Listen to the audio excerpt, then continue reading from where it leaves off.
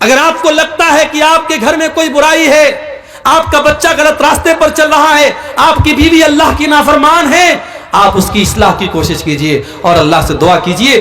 2 دعائیں میں سکھا رہا ہوں، اس کو یاد کر لیجئے۔ پہلی دعا آپ کو قرآن کے 19ویں پارے میں ملے گی۔ 19ویں پارے میں سورہ فرقان کے آخر میں آپ کو یہ دعا ملے گی۔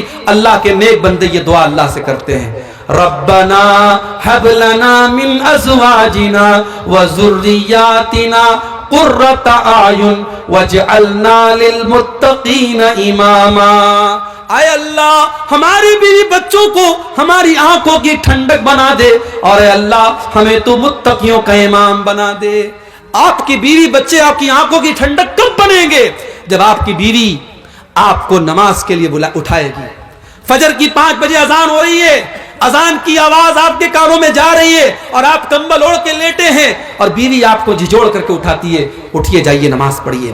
آپ کو سگریٹ پیتا ہوا دیکھ کر کے آپ کی بیوی ٹوک رہی ہے، یہ چندے آ رہے ہیں، اللہ تعالیٰ ان کو قبول کرے، مجھے نام نہیں پتا کس نے تعاون کیا ہے، اللہ قبول کرے۔ میں یہ کہہ رہا ہوں میرے بھائیوں کہ آپ کی بیوی اور بچے جب اللہ کے فرما بردار بنیں گے تب آپ کی آنکھوں کی ٹھنڈک بنیں گے۔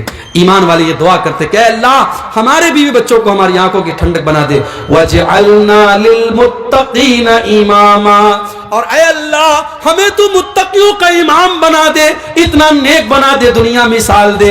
متقی لوگ ایسے ہوتے ہیں، نیک لوگ ایسے ہوتے ہیں۔ ایک دعا آپ یہ یاد کر لیجئے، اور دوسری دعا جو ہمارے باپ ابراہیم علیہ السلام نے دعا کی تھی اس دعا کو یاد کر لیجئے، ربی اغفر لی۔ حضرت ابراہیم نے دعا کی، رب اجعلنی مقیم الصلاۃ ومن ذریتی ربنا وتقبل دعا۔ اے اللہ مجھے بھی نماز کا پابند بنا دے اور میرے بچوں کو بھی نماز کا پابند بنا دے۔ اے اللہ میری دعا کو قبول کر لے۔ اپنے بچوں کے لیے دعا کیا کرو میرے بھائی، اپنی اولاد کے لیے دعا کیا کرو، اپنی اولاد کے عقیدے کے لیے دعا کیا کرو کہ اے اللہ مرتے دم تک میرے بچوں کو توحید پہ رکھنا۔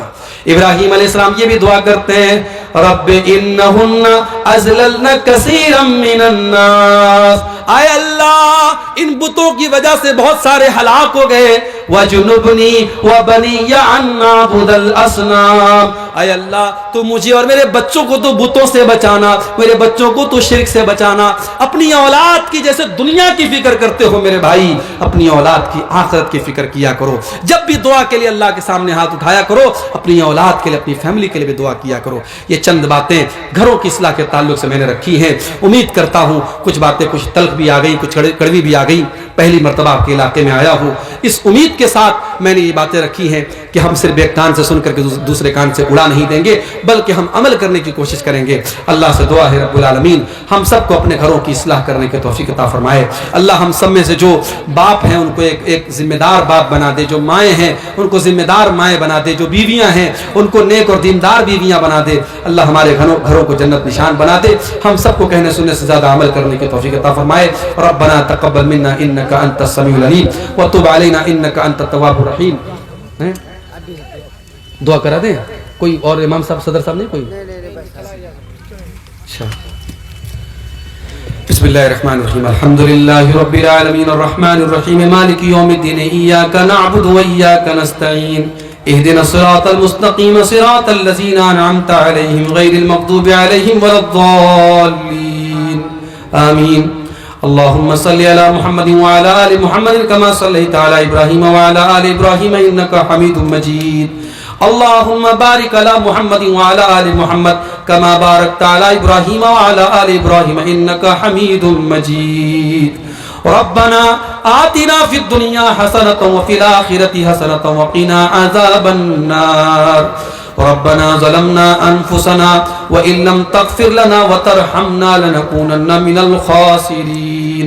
لا إله إلا أنت سبحانك إني كنت من الظالمين۔ اے اللہ ہم سب کی مغفرت فرما، ہمارے والدین کی مغفرت فرما، اے اللہ ہم میں سے جو لوگ ایمان اور توحید پر اس دنیا سے گئے ہیں ان سب کی تو مغفرت فرما. اے اللہ جو ہم میں بیمار ہیں ان کو شفا عطا فرما.